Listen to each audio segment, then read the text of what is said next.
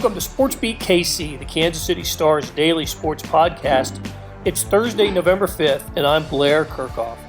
We talk Chiefs today with Herbie Teope, Sam McDowell, Sam Mellinger, and Vahe Gregorian, and start with a quick scout of Sunday's opponent, the Carolina Panthers. The conversation turns to a column Melly wrote that you can find in the show notes and on kansascity.com about why the Chiefs are the ideally assembled team in a politically divided country. We also get into the Chiefs' rookie class. They're getting excellent contributions from many first-year players, and we wrap up the show with how we think the second half of the season unfolds. So here we go, talking Chiefs. Hey, good morning, and welcome to the Kansas City Star's weekly meet and greet that we call SportsBeat Live, where we talk Chiefs football and the game coming up this weekend against the Carolina Panthers with the people who cover the team for the Star. And let's meet and greet them. Sam McDowell's here. Good morning, Sam. What's going on, guys? You sound good. Sam Mellinger, how you doing? Doing well. Great. Vahe Gregorian is here. What's up, Vahe? Blair, I'm doing fine. I hope you'll take notice of my 1993 Big 8 Skywriters T-shirt, one of my newer T-shirts. I busted it out in honor of Billy Tubbs. Excellent. Great call. I know you had a good time writing the memories of Billy Tubbs earlier this week. We had a great time talking about it on a podcast. And also, crashing the party, Herbie Teope is here. Hey, Herbie. Peace. What's up, fellas? This is streamlined. We are streamlined. Herbie just zooms right into these conversations. It's great to see you, Herbie. As I said, Chiefs, Carolina Panthers at Arrowhead Stadium at noon on Sunday. The 3-5 Carolina Panthers against the 7-1 Chiefs. Let's start where we always do and get a news update from Herbie. The Panthers and we talk injury report for the Panthers game. Let's start with the Chiefs. 2 players did not practice on Wednesday, and there was an interesting limited practice participant on Wednesday as well. Herbie, run it down for us. Yeah, absolutely. The 2 players who did not practice, Mitchell Schwartz with the back injury. To me, it just makes perfect sense to go ahead and just rest him because the Chiefs are on a bye next week. So give him the extra week before you need him back in the lineup. Mike Remmers has been doing a pretty good job there at right tackle anyway, so I don't think you need to rush Schwartz back. Frank Clark, swollen knee. Coach Andy Reid said Wednesday that it was a rest day for him. So even though he didn't practice, they'll probably just take it easy on that veteran. You know what he can do. Sammy Watkins, hamstring injury in week 5, missed the past 3 games, got in a limited practice on Wednesday, and we'll see what happens with him the rest of the week. Okay, well, the one that surprised me a little bit was Frank Clark, but you just said that it's just some rest for a veteran, you think? Yeah, because Reid actually said that. I think he said his exact quote was, "We're resting him," end quote. The other thing there from the injury report was, they did welcome back 2 players as well. Anthony Sherman is finally off the reserve COVID list, so he's back to practice. And then the rookie cornerback, L'Jarius Sneed, was designated to return. Reid did mention yesterday during his Wednesday press conference that he would return to practice, and lo and behold, that's exactly what happened. Sneed was out there. Yep. Hey, listen, we welcome your questions and comments, and we'll get to as many of them as we can. Brian LeBurge asked specifically about Sneed, so maybe we'll see him back in action after that great start. 3 games played, a couple of interceptions, terrific start for the rookie. We're going to talk a little bit about the rookie class a little bit later today. So, hey, Herbie, while we have you here, let's talk a little bit about the Panthers, what they're about. I mentioned that they're 3-5, but they're getting a key component back this week. Yeah, and it looks like they're going to have that elite running back, Christian McCaffrey, back in the lineup. During his teleconference yesterday with the Chiefs media corps, Matt Rule was specifically asked about him, and he said, hey, he looked good out there, but we just want to see how his body reacts. And when you have Christian McCaffrey in the lineup, that's a completely different dynamic to the Panthers. What they're about. Sorry? No, you're good. Keep going. Oh. That's a completely different dynamic to the Panthers offense that they've been missing since week 2. He suffered a high ankle sprain and then he's been out. they do have their own version of thunder and lightning going here if McCaffrey plays, because Mike Davis has picked up the slack there. I know it's easy to overlook the Panthers, but they have some weapons over there. Because if McCaffrey is playing, you've got Robbie Anderson, who's got 688 yards receiving. He's on pace for his first career 1,000-yard campaign. You've got DJ Moore over there. You've got Curtis Samuel. And Teddy Bridgewater, he can make some throws. He's not Cam Newton. He's not going to give you that component on the ground, but Bridgewater can make some throws. So if you get McCaffrey back in the offense, that's a weapon that the Chiefs have to account for. He's elite. When he's healthy, where do you rank him among NFL running backs? Oh, easily top 5. Easily top 5. This guy can do it all. He can run, and then the biggest thing that he gives them is out of the backfield as a receiver. McCaffrey allows the Panthers to be balanced, and that's the biggest thing to keep the defense on their toes, because you can split him wide. He's the kind of guy, kind of like the Chiefs like to use Edwards-Helaire, their vision to use Edwards-Helaire. McCaffrey is a guy that you can split up wide, split him in the slot. He's just a dangerous running back. Okay. And you mentioned Teddy Bridgewater, who, completing more than 70% of his passes this year. He's faced the Chiefs once in his career, which started, I think, in 2014. I'm going to ask Sam Mellinger if he remembers the one Teddy Bridgewater start against the Chiefs.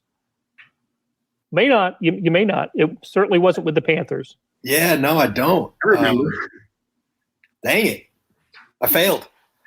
Well, you'll what's that? It was up in Minneapolis at the University of Minnesota, wasn't it? Yes, he was he was the Vikings quarterback. I remember that game very well.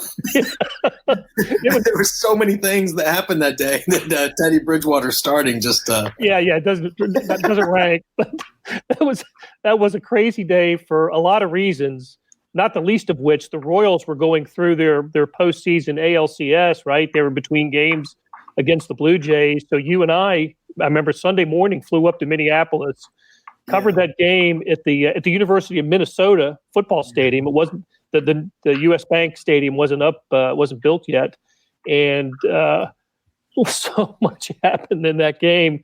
But that was the last Chiefs loss before running up a 10-game winning streak.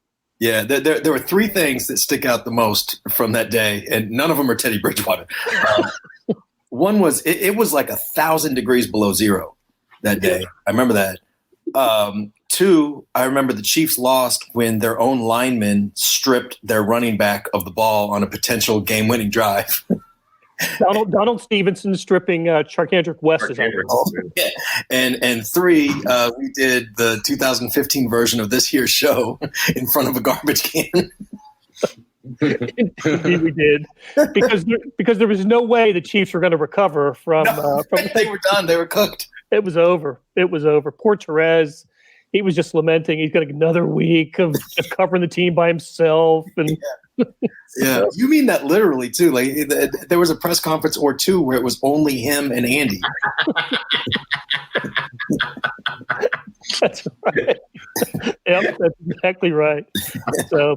And they had to fight through Royals traffic, to get to the get to the stadium. So, all right. Hey, Sam. While we're speaking, I really enjoyed your column today, and let's talk about that. It's a you may not realize it, but there are some things going on in the world right now and in the country besides Chiefs football. And Sam, you touched on it in a column that like I said, I really enjoyed, and it has to do with a topic that Jesse Newell and I spoke about earlier this week, and how I just find that athletes and organizations are a little bit more politically active this year than they have been in previous election cycles, with the examples of voter encouragement by athletes and just the physical presence of using their stadiums and arenas as polling places, which I think, that's like what a great idea. Why didn't we think of it before, sort of thing? And I'll guarantee you, if this continues to be allowed in future elections, I think it'll help increase voter turnout, just the ease of parking and going to a football stadium to vote. So What inspired you to write it, and why do the Chiefs seem to be a team where this works? Yeah, well, here's a fun fact. The first person that I ever heard bring up this topic, of using stadiums and arenas as polling places, Scott Pioli. Many years ago. This must have been like around 2009, 2010, something like that. And he's done a lot of great work, with civil rights and voting rights and all these things. But anyway, I mean, this is the first election cycle that I can remember. I mean, maybe I'm wrong about that. 2 years ago, I don't think they were using what was then Sprint Center or anything else. And it just hit me that we are so divided, right? That's not like a new thing. And the Chiefs are this group of people in this environment where families and long friendships are sometimes like splintered or even worse. The Chiefs are like this hodgepodge of people like chosen because they've won the genetic lottery and, all this happenstance, and they're just there together in this locker room. And they've got some shared experiences by now, but in that environment where athletes have typically just ignored all politics and just said, I'm all about the ball. That's all I'm concentrating on 100%. They've dived headfirst into the most intense, divisive discourse in America, not just right now, but that I can remember in my lifetime. And while they're doing that, they need to work together and sacrifice personal goals in some ways, or personal fame, personal shine, for the betterment of the team. And they've done it beautifully. They're 7-1. They're a lot of people, including me, and I'm not going to speak for any of you, but think they're the best team in football. And it just, when I think about this, I want to say, God, that's a template. Like, we can all do that because we can all talk about things like respectfully and talk about issues. But I also know that that's not accurate. Like, they're the anomaly. They're the exception. And then that's where it gets kind of sad for me that they've been, and that to me is the power of shared ambitions and shared goals. And that's why they're doing it. You may not have a Super Bowl on the line with your friendship that got broken up, but these guys do have a Super Bowl. I think that the power of shared common goals is pretty powerful. And I wish that was an example for the that we can have a more respectful political dialogue, but to me, it kind of shows how far we've gone. What do you guys think? I'll just chime in with a couple things. First of all, Sam, I thought that was terrific. I thought it was really sophisticated and thought-provoking in so many ways, because the way you were able to apply it to the broader canvas of the world at large. And kudos. And it reminded me a little bit of something you did a few years ago. It was different, but reminiscent of it, when you got with Dustin Colquitt and Chris Conley, two guys who are different sides of the political spectrum, at least as we understood it. And you were able to drill into the things, the dynamics of a locker room, of a healthy locker room. Right. And I guess that's the bigger point. And in your column today, I think you made a good point about Clark Hunt's sort of consent in this, but I also think that the linking connective tissue, if you will, it also is Andy Reid, in the sense that what Andy Reid is able to cultivate in there and get through to his teams and has been, I think, encouraged to do through Clark Hunt and Mark Donovan and Brett Veach. So all of it it's really interesting. And naturally, Blair, you already advocated this, but I certainly urge anybody listening to read that too. Yeah, it is an interesting dynamic that, Clark Hunt has been a long and consistent Republican donor. And, we don't know Andy Reid's voting record. He's not whatever, but he did publicly endorse and he was involved in a fundraiser for a Republican candidate for Kansas governor. We presume, we don't know, but I presume anyway, that Patrick Mahomes and Tyrann Mathieu are leaning left.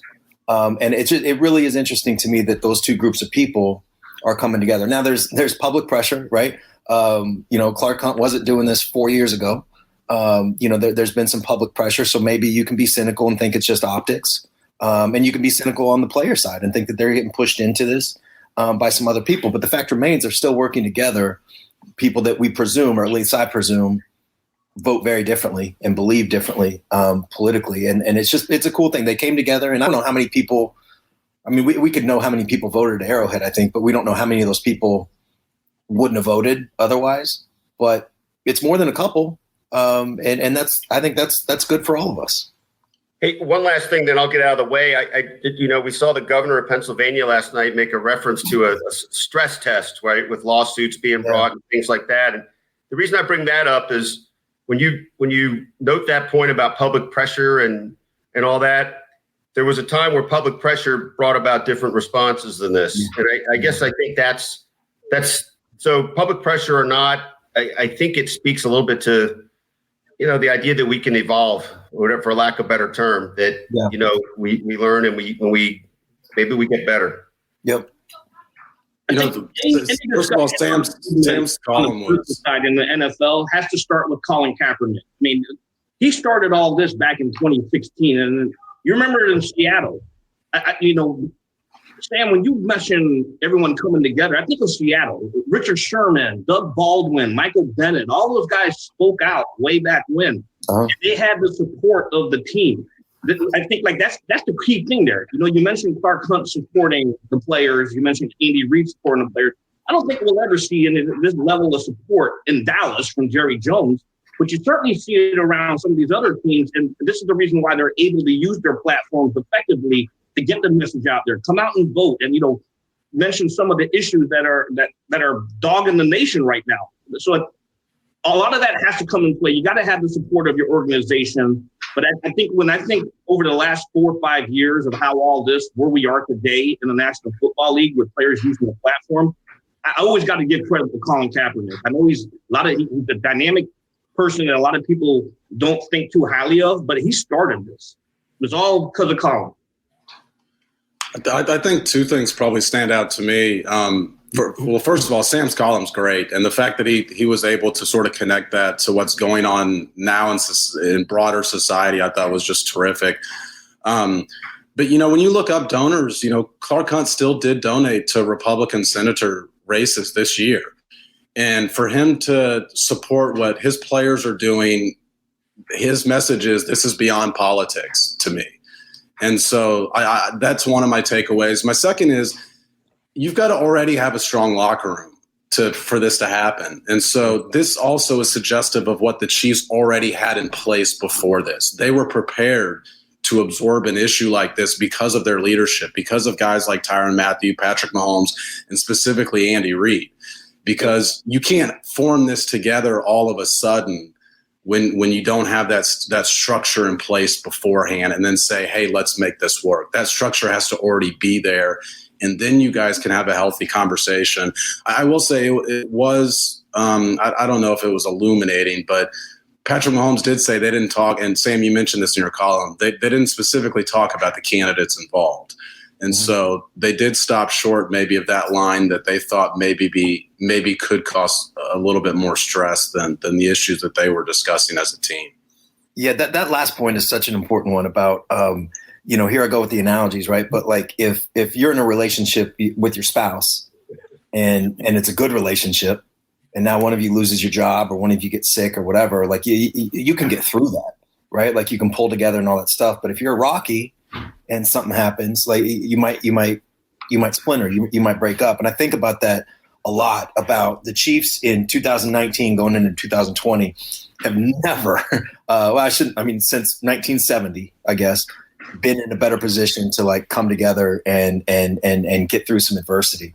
And, if this thing hit in 2011, basically any time between 2008 and 2013, it might be a very different result. But that it starts. I really do like head coaches get too much credit, I think, a lot of times, but not here. I do think that starts with Andy and Mahomes and Matthew and Frank. Like all these guys have a part in that, but it does start with the head coach for sure. But it certainly doesn't hurt to have a mega superstar like Mahomes leading the charge there. I mean, think about the Players Coalition. When that video came out over the summer, the Players Coalition embrace the fact that Mahomes was part of that because they know that he is the face of the NFL. I mean, Roger Goodell, it's already, it's reported that Goodell reached out to Mahomes after that video came out. And that's the power of Mahomes. You also can't overlook that. Yeah. It's different if James Winchester gets on there and starts talking, right? Like, and there's not all players are created equal. But we love James Winchester. We sure do. Yeah, we do. So, but Roger Goodell loves Mahomes more than James Winchester. Yes, they do play some favorites in the NFL. So, my bottom line is hearts and minds may not change, but they're open. They've been open with the Chiefs, right? And I heard earlier first for this show when Vahe called Sam Mellinger sophisticated. I believe that is absolutely a first. The show. His writing certainly is, and we'll leave it at that. All right. Hey, let's switch gears. Hey, one of the strengths I think of this locker room, and listen, we all touched on it in some way. Winning helps. Winning helps everything. But one place where it seems to be helping is at running back, where the Chiefs bring in Le'Veon Bell. There's already Clyde Edwards-Helaire having a terrific season, and Herbie, you wrote about this today. What did you discover from talking to Andy and CEH yesterday? I mean, it was pretty simple. I mean, it was. I started off with Eric Bieniemy a couple of weeks ago telling us that Bell reached out to Edwards-Helaire to find out if it was okay for him to come here. And that, to me, that's always fascinating because you don't hear of that too often where a veteran, an accomplished veteran like Bell reaches out to a rookie. And then, so we asked CEH yesterday, he said it was all about respect. It was a man-to-man thing, and it was all about respect. And you could tell that he appreciated that effort. CEH says, some of the things that he's picked up in just the short time they've been together is how to approach practice and, how to approach the game week. But the other thing that I found interesting was when Edwards-Helaire said it's also about competition. And hey, if these two players are pushing each other, that only helps the team, in my opinion. And speaking of Edwards-Helaire, I did a little story this morning on I've been really impressed with this first-year class, the rookie class of the Chiefs this year. You remember after the Super Bowl, we thought they would lose some players to free agency. It turns out the only ones they lost were Fuller and Wisniewski. So at that moment, Reggie Ragland, that's right. But of the 22 that started the Super Bowl, I don't think Ragland started the Super Bowl. But he was he's a quasi starter. So the Chiefs were going to return 19 or 20 of 22 Super Bowl starters. What roles would first year players have on the 2020 Chiefs? Well, then things happen, right? Damian Williams opts out, and the Chiefs, just before that happened, the Chiefs drafted a rookie, running back, and with their first round pick. They draft a linebacker with the second round pick, and all of a sudden they're getting contributions from Willie Gay, L'Jarius Sneed, Clyde Edwards-Helaire.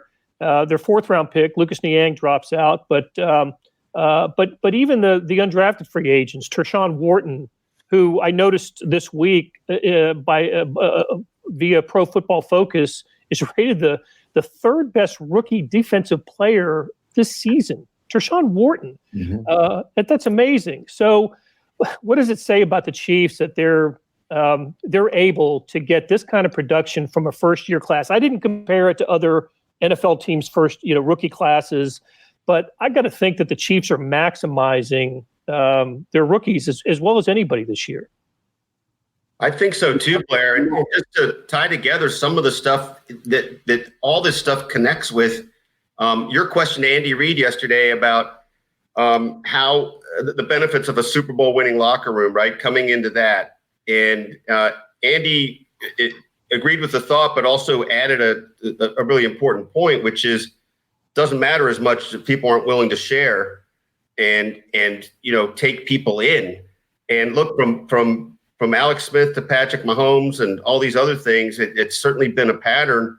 And very interesting sort of inside out aspect of it is that Le'Veon Bell approach kind of coming into there bringing something different than people might have seen him as, right? It didn't end well in Pittsburgh or New York with Le'Veon Bell. There was a thought that, how's he going to fit here exactly? And one way or another, I don't know if the reputation of the Chiefs locker room preceded itself and he just knew he had to, get into it right away, or if it was just the way he really is. But it certainly suggested a cultural fit right away. And so all that stuff seems to be, one big message about what the Chiefs represent. Yep. To your point, Blair, the thing that impresses me the most about this rookie class is the fact that they're producing without the benefit of organized team activities, a traditional structured training camp. Because remember, this was an abbreviated training camp they went through.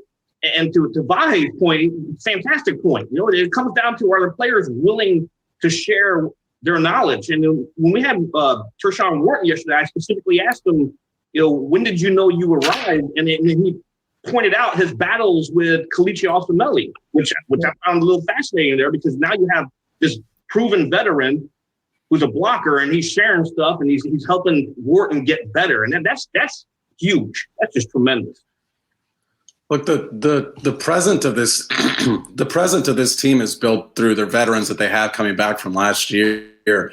But the future of this team is still going to be built through the draft. When you look at the contracts that they signed in this offseason, when you look at what the salary cap's going to do next year, they're going to have high dollar players that they don't have to deal with right now.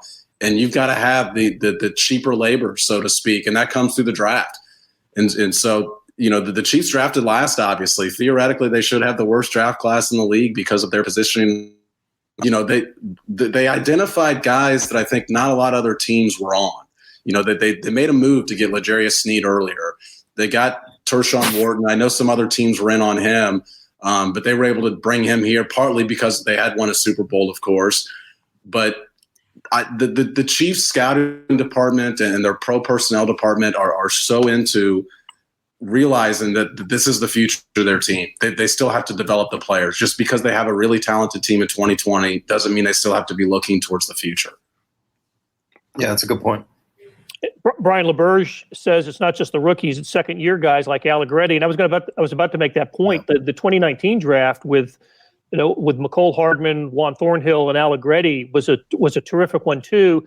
This was after a couple of years of not getting as much production out of the draft. After Patrick Mahomes in 2017, Kareem Hunt was part of it too. But after that, not much. 2018. That was really not a great, it turns out, not a great draft for the Chiefs. But these last two, I think, have just been terrific for them. Hey, it's Blair. We have a special subscription offer for SportsBeat KC listeners, unlimited digital access to the Kansas City Star's award-winning sports coverage. Sign up now for 1 year of Sports Pass for access to all the sports news, features, and columns presented on the kansascity.com site, and it's only $30. That's a 40% savings off our regular rate. Your subscription will automatically renew after the initial term at $50 unless you tell us to cancel. Your subscription helps support the sports coverage of kansascity.com and the Kansas City Star, and that support has never been more important. Please visit kansascity.com/SportsBeatKC offer to get this special offer. And as always, thanks for listening. So we're at the midway point of the Chiefs season. Not everybody in the NFL has played 8 or 7 games. I think everybody will have played 8 games. I don't know if there's a team that's played 7 with a bye week this week. I think after this weekend, everybody will have played 8. And time to do some mid-season evaluation of this team. But instead of doing the traditional, Herbie's going to get into it in a big way next week with the Chiefs. But I've noticed a lot of the national shows are talking about MVP and where Patrick Mahomes ranks in that race. And what I'm seeing a lot of is Russell Wilson, Patrick Mahomes, Aaron Rodgers. So it's 8 games in. I think Russell Wilson has some remarkable stats through 8 games, but Mahomes and Rodgers do too. Let's just keep it at this. let's evaluate Mahomes. What kind of season is he having? The numbers suggest he's having a fantastic season. But is this even better than 2018 when he went for 50 and 5,000 yards? I'll throw it open to anybody. Yeah, I feel pretty strongly about this. I think he is significantly better than he's ever been. And I think that includes that rookie season when he not rookie, but his first year as a starter when he won the MVP. Just because I think that I'm going to use this word maturity, but it makes me laugh because, young Patrick or whatever. So now that he's this like grizzly 25-year-old veteran, but he's so good at avoiding mistakes and avoiding, like that risk reward calculus. Like he's always been really good at. When he threw 50 touchdowns his first year, it was 12 interceptions, right? That's a damn good ratio. But now it's even better. Like he's figured out exactly when and where to move that line. And, I think it's telling, we've talked about this before, but I think it's telling that the one interception that he threw was on 4th down when they were down 8 on a play where we later found out the tight end ran the wrong route. And look, like, the Patriots could have had 1 or 2, just like everybody else. That's the one interception that he's actually thrown. And it was in that situation. I think that speaks a lot to sort of where he's on this, the risk reward calculus. He's also running the ball, a lot more. 7. I looked this up the other day. He's got 7 third down scrambles for first down, which is the same number as Lamar Jackson. Pretty good. Wow. It's not just that he's only thrown 1 interception. He's only turned the ball over once. And for a quarterback, especially one that's been pressured a lot this year, that's a pretty significant stat. To me, he's mentally better. And that probably sums up, I guess, what Sam said. But he's mentally better than I think he's ever been. It's really hard for a guy like Patrick Mahomes with his arm not to take the risk. Mm-hmm. And I think that just takes a mental approach that maybe a lot of young guys – and if we can still call him young Patrick at 25, that not a lot of young guys might have, especially when they've got his talent. We've seen all the different ways he can get a pass off, and it's got to be tempting. And for he's still like Sam said, he's not taking the risk, and it's because the way defenses are playing him, and because the way his own defense is playing. He says he doesn't need to, and doesn't want to are two different things. Yeah, because you bring up a good point because it's got to be super tempting for him, especially because he knows he could throw 6 really stupid interceptions and just kind of walk to the side like, that was fun. He's still going to be the quarterback. You know what I mean? Like it's not. He's got to be like so super just self-disciplined on that. His reputation coming out of college is so different than what we've seen right now in that respect. One thing I want to just add to that, it's sort of just affirming what you guys said, but since he's been in the NFL, and part of this was just his own growth and maturity as he was coming along from Texas Tech to here, but part of it I assume had to do with his redshirt year with Alex Smith helping him. But when he got into his first full season as starter, you never could think of him as reckless. Right. You could think he might take some chances then that he wouldn't take now, and Sam McDowell got into that pretty well with that story last week, especially with Sam. I love that one quote in particular about he just said he's fighting his nature in some ways about to sort of check it down a little. But so now we're seeing that he's gone from that to just a really more refined version of it as things get more and more difficult for him. Really, right? There's more of a book on him.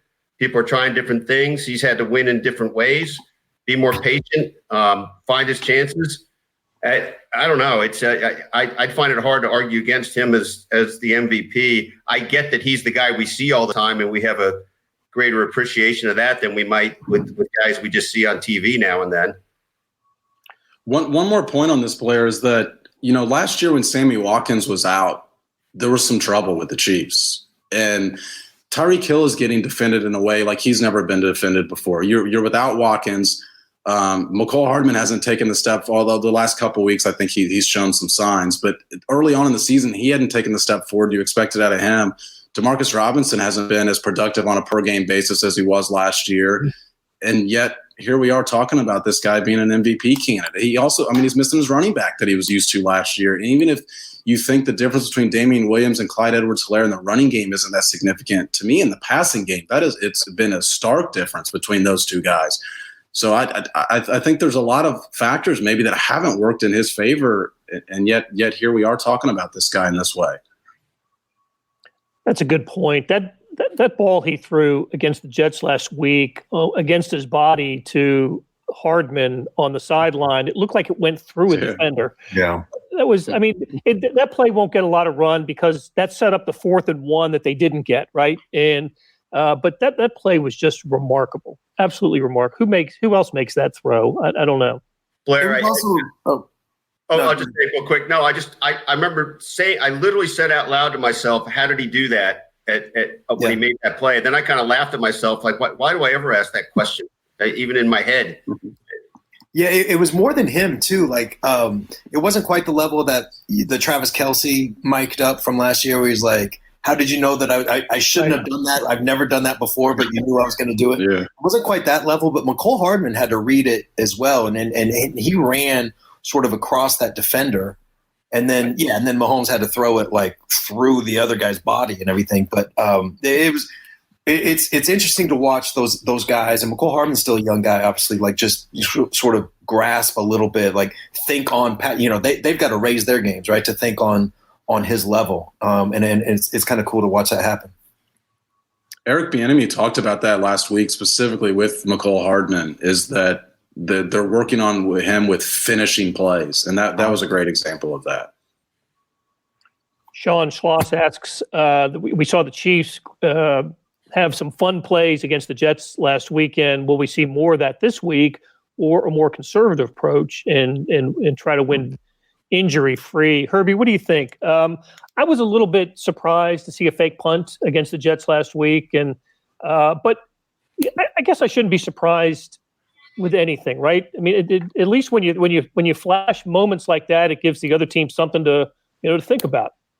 Yeah, those fake punts though, it really goes down to what you've noticed when you look at the film, and so they saw how the Jets probably lined up, and they're like, this is the perfect time to call that play. As far as being fun against the Panthers, I don't think you can take the Panthers lightly. Well, not that teams take their opponents lightly, the Jets last week, but the Panthers are still a dangerous team. One of their wins, remember, they went on a 3-game winning streak, and one of those wins came against the Arizona Cardinals, who are doing pretty well this year. So I don't think you can go into this game thinking, let's get overly cute here, especially if they have McCaffrey back, because you got to play these guys straight up. I thought the fake punt, Herbie's right to make the point that part of that's just preparation during the week, what you see. But I do think what was interesting about it, it was still the first quarter, I guess, and I think it was 7-3 at that point. And I thought it was kind of a statement about that we're taking this game seriously in a weird way, like a statement to the team, like we need to go for it. We need to get at it and wrestle this beast to the ground, and we're not taking anything for granted. And I think that is a harmonious message with how Andy's been able to keep them in the moment, so to speak. I don't think they approach the Jets game like, well, we're just going to win. I mean, I think they come to play. Yeah, I also think that with this group, with the coaching staff and with the talent that they have, like their baseline for vanilla is like different than other teams. Like their base is just a certain level of stuff that. Oh my gosh! Wow. Their vanilla starts with cookie dough in it. Yeah, exactly. Like the Raven, I just keep thinking back to the Ravens game. That's Andy going all out, and to see that level, like that's sort of their okay. We came to play kind of deal. I thought they were the Harlem Globetrotters that night. The stuff they were doing. Unbelievable. Kendall Gibson noticed, Chiefs have played tough first half of the schedule. Maybe Patrick's on pace for 4,600 yards. Could get 5,000. I know we talked about the schedule in our post game on Sunday, but looking at it a little bit closer, the 8 games that the Chiefs have left, a little more interesting than I thought at first glance, with teams like the Dolphins and with Tua playing as well as he is, or seemingly playing as well as he is, and a couple other sort of Tampa Bay is on there. Listen, I Chiefs are still going to win the division, be in the playoffs, be a 1 or a 2 seed. I'm almost certain of that. But how does that second half of the season schedule look to you? Is it softer than the first half? I'm just saying this off the top of my head without looking at it that closely, but I certainly think it's interesting that you've got games at Tampa Bay is a much more interesting game now than I thought it was going to be at the start of the season. And I guess obviously at the Raiders that'll have some intrigue, and I don't think you can assume it's a win just based on the fact they lost at home to them. Dolphins have gotten a little more interesting, haven't they? Sure have. So I don't know if you'd say it's more or less thorny, but I think it certainly has its challenges. Yeah, there's definitely some roadblocks in there. And just like Vahe mentioned, coming off the bye, going to the Raiders, obviously Andy Reid's record coming off of a bye is phenomenal. So I don't think they're going to get caught flat-footed this time around against Las Vegas. To me, the two biggest ones, the Buccaneers and the Saints, two NFC powerhouses right now. And the Saints look like they're going to get Michael Thomas and Emmanuel Sanders back healthy for the stretch run. The Dolphins are definitely a different team, and so there's some roadblocks in there. Yeah. The other game that's a little bit different than the first half is just the Chargers. I think that the Chargers are a weird team to me. They're 2-5, but I think they play like a 4-3 or 5-2 football team. And what they've blown 4 straight 16-point leads. But that team is a talented team, and you got Justin Herbert, who had taken basically 0 first-team snaps when you faced him last time. Now you're going to get him in week 17 after he's played a full season. I think that game's going to be a little bit tougher than people think, too. It's interesting. They've got 2 teams in the second half, the Chargers and the Falcons, that absolutely don't know how to finish games. Have all kinds of problems finishing games. So, all right. So let's go with a second half of the season prediction record. Chiefs are 7-1 now. Does anybody remember where they picked the Chiefs in the preseason? But if you do, I'd like to hear it. But failing that, just how about an 8-game record to finish the season, and that'll give us an idea of what we think. How about an 8-game record to finish the season and where they finish seed wise in the AFC? Sam McDowell, why don't we start with you? Yeah, I had them going 14-2 before the year, and I still think that's where they finished. Now, I thought they would lose to like a Baltimore rather than losing to a Vegas, of course, when you go game by game. But I still think 14-2 makes sense, and I think 14-2 would be the 1 seed. I know Pittsburgh's undefeated. I get it, but I don't think they're a good enough team to skate through the rest of the back half of their schedule. How about you, Vahe? Yeah, I like that. I think I thought 13-3 come into the season, but we'll know in hindsight. But I do feel like that first Raiders loss has a little bit of that.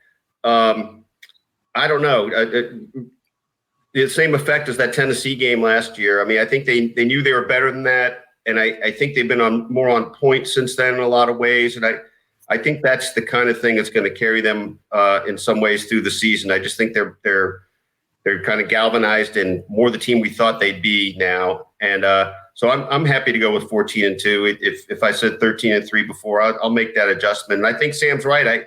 I know the Steelers are in the pole position there, but I think that would mean the Chiefs get the number 1 seed. They have had great focus since that Raiders loss. All right, Sam Mellinger, what you got? I mean, I basically was just nodding along with every word that Sam McDowell said. I think they're the best team. I think they're playing really well, and not just that, but they're improving. I think they're better than last year's Super Bowl champions. 15-1 is not out of the question, but I think it's a 14-2, maybe 13-3. But I'd put my money on 14-2. And the Steelers are really good. I'm not, they're obviously really good, but their offense is a little bit like it's not that dynamic. And I feel like that might catch up to them. Their defense is great. They are tough. They're fast. They're smart, all those things. But I feel like the offense may catch up to them a little bit. And I do think they'd be the number 1 seed at 14-2. Okay, Herbie, Close it out. I was probably the only dissenting voice who was nodding my head the other way when McDowell was. You do that on reflex. I think the Steelers are the number 1 seed. The Chiefs will take the 2. I like what the Steelers are doing. Maybe it's because I'm old school and I love defense and I just love the way they fly around. But I think the Steelers are going to take the number 1 seed. Okay.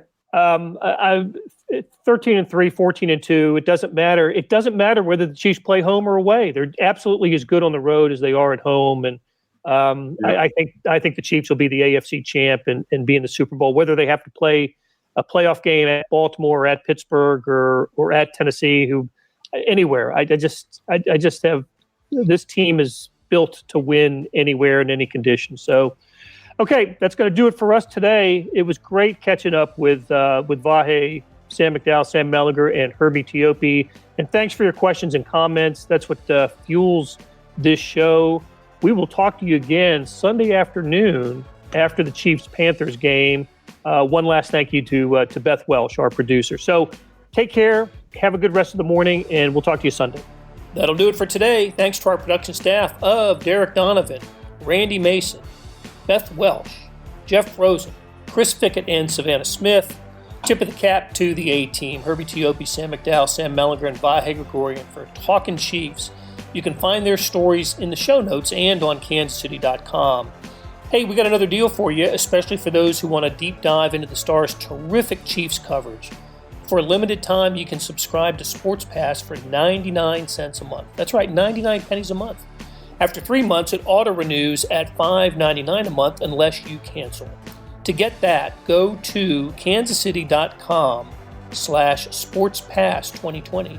That's kansascity.com/sportspass2020. You want more than just sports coverage? I know I do. Check out the entire Kansas City Star product. Sports news, features, commentary, and analysis, the whole thing. You get all the stories written by my talented colleagues, plus additional news, sports, and business coverage written by national writers through the e-edition. The details for all of these deals can be found at account.kansascity.com/subscribe. And I know that's a lot of dots and dashes, and if you're having trouble hunting down any of these offers, email me at bkerkhoff@kcstar.com and I'll get you to the right place. Whether it's a Sports Pass or the full subscription, you're getting and supporting the best sports and news coverage in Kansas City and helping us produce programs like SportsBeat KC. Thanks for listening, and we'll be back on Friday with another episode.